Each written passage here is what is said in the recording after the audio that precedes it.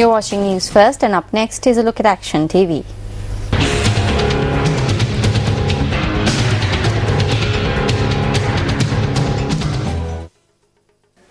An exam was held today for the students who are to sit for the GCE Advanced Level Examination for the first time in August next year. It was in the year 2005 that this exam, known as the General Information Technology Exam, was introduced for grade 12 students. This exam was made compulsory for grade 12 students in 2009, assuring them that a certificate will be awarded certifying their knowledge in information technology.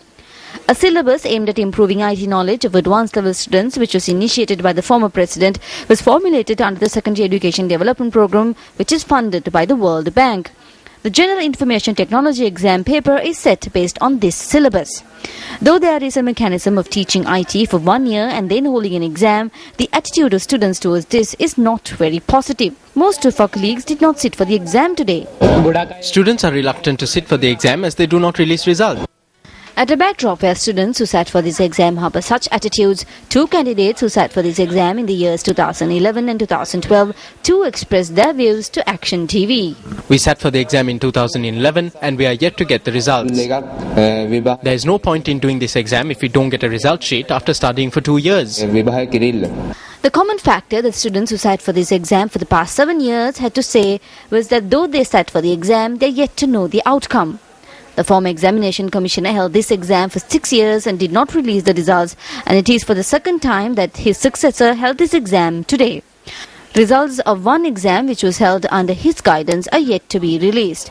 When the individual who is responsible for not releasing the results of this exam for 6 consecutive years is unquestioned, his successor too might consider this to be the normal procedure of the General Information Technology exam. Shouldn't some measure be taken not to let this tradition continue? Secretary to the President, this is over to you.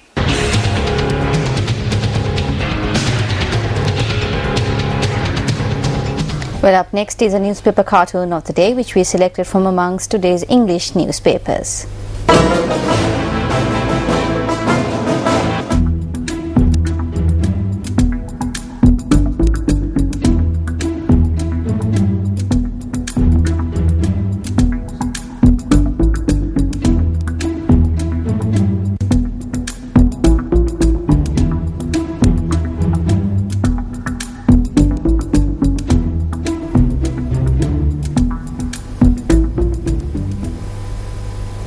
Speaking at an event in Nugegoda today, UNP parliamentarian Dr. Harsha De Silva commented on allegations that have been made for Dhamma school education.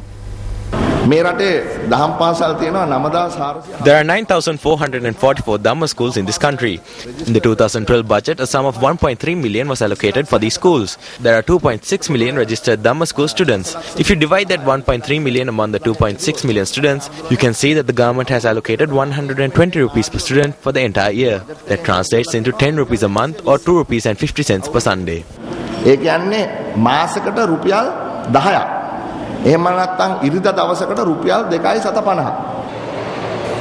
event was held at the Koswata Dhammanikethanarame in Nugegoda to distribute chairs for Dhamma schools in Kotte. A public rally was held in Navalapitiya today under the auspices of UNP Central Provincial Councillor Shantini Kongahage. පවුල් ඇතුලේ ඉන්න පවුලේ ඉන්න කීප දෙනෙකුට සියලුම සම්පත් ලබා දීලා ඒ අයට හරි හම්බ කරගන්න දීලා all the resources have been given to a few family members. It is disappointing that these people have been allowed to make money from that and take all the assets.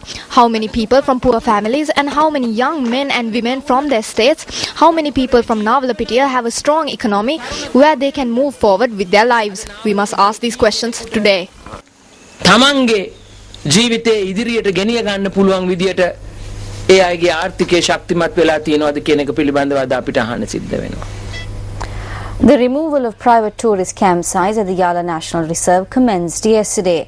The reserve warden, Upul Indrajit, said that as of noon today, 3 tourist campsites inside the reserve had been removed. Last evening, News First cameras captured the manner in which tourist campsites inside the Yala National Reserve were being removed. The campsites were removed in accordance with an order issued by President Mahinda Rajapaksa on Friday. The reserve warden, Upul Indrajit, said that while there are 10 campsites within the reserve, those being operated as private businesses were removed. This vehicle procession, organized by the Yala Reserve Safari Jeep Owners Association, was held in support of the President's decision. The procession, which commenced adjacent to the Tissa Maharama Reservoir, traversed through Dembaravava before arriving in Pannegamua. The procession elicited a strong response from members of the public at the Pannegamua junction.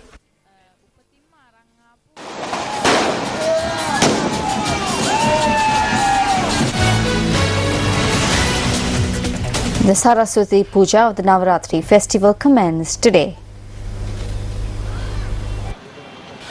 Hindu devotees hold puja ceremonies for the goddess Durga, Lakshmi and Saraswati during the Navaratri festival. The Navaratri festival was celebrated with much pomp and ceremony at the Sri Ponnambalavaneshwar Koil in Kochakade. Special religious observances were held in view of the Lakshmi Puja, which concluded yesterday. The unique decorations which are put up during the 9 days of the Navaratri festival are one of the most notable and colourful features of this festival. While the Navaratri festival will conclude on Tuesday, Hindu devotees will be prepared to celebrate the Vijayadasami festival on Wednesday.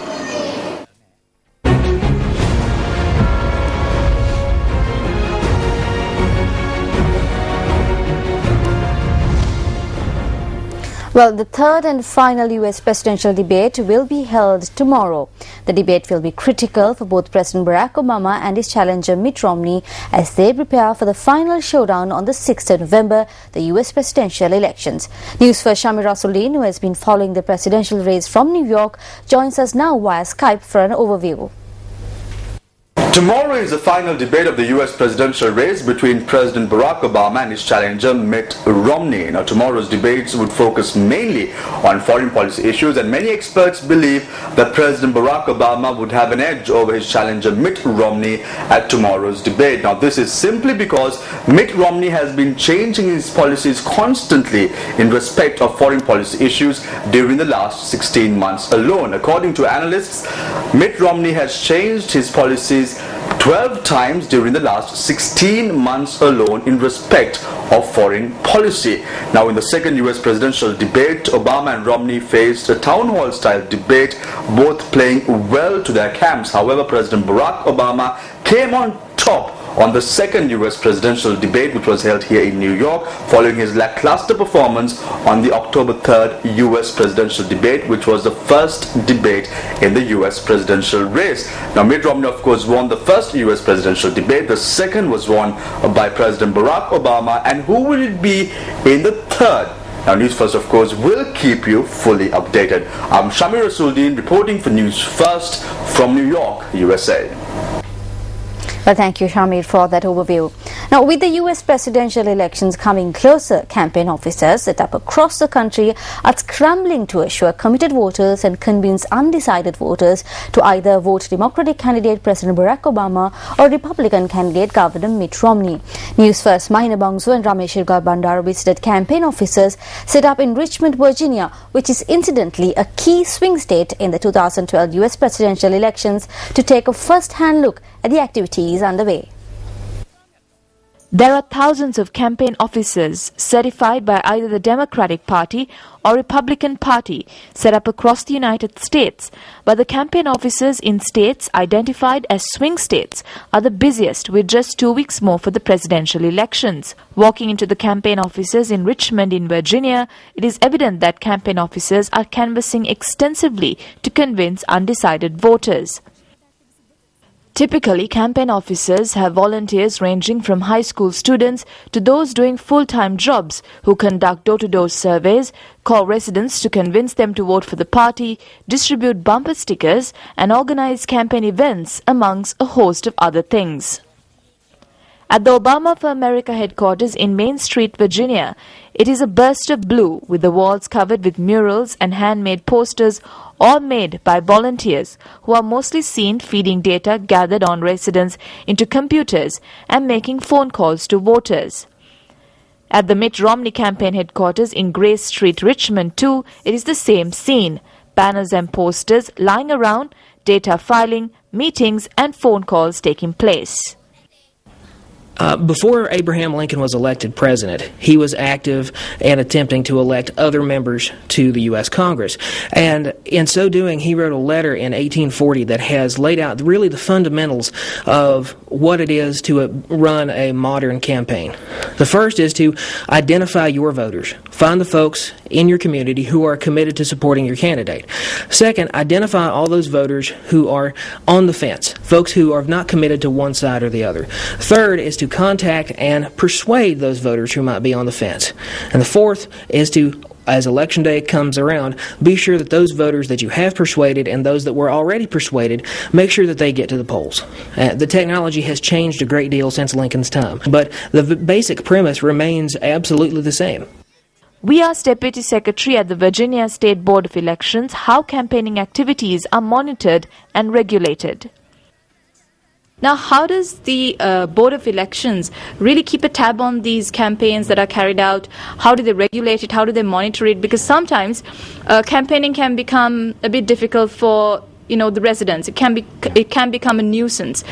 So how do you really regulate campaigning within states? That's a very good question. Well, for most federal candidates, which would be a candidate for the United States Congress or for the United States Senate or for president, most of those laws are governed at the federal level because the Congress and the federal government has the power to enact laws for those candidates. But the state also has laws. We have criminal laws, things like you can't say misleading things to voters. You can't tell a voter that the election's on Wednesday when it's really on Tuesday in order to make them not vote. We also have safeguards. We provide educational materials to the candidates and the campaigns, and we say, here's how you do this. Here is the right way to go about your campaign and do it in a way that's lawful and that's not going to get you in trouble with the law enforcement officials. The final leg of the campaigns has boiled down to 9 battleground states: Colorado, Florida, Iowa, Nevada, New Hampshire, North Carolina, Ohio, Virginia and Wisconsin, where the presidential candidates and their teams are working around the clock to take the upper hand. This is Mahina Bongzo reporting for News First with my colleague Ramesh Irugal Bandara from Virginia.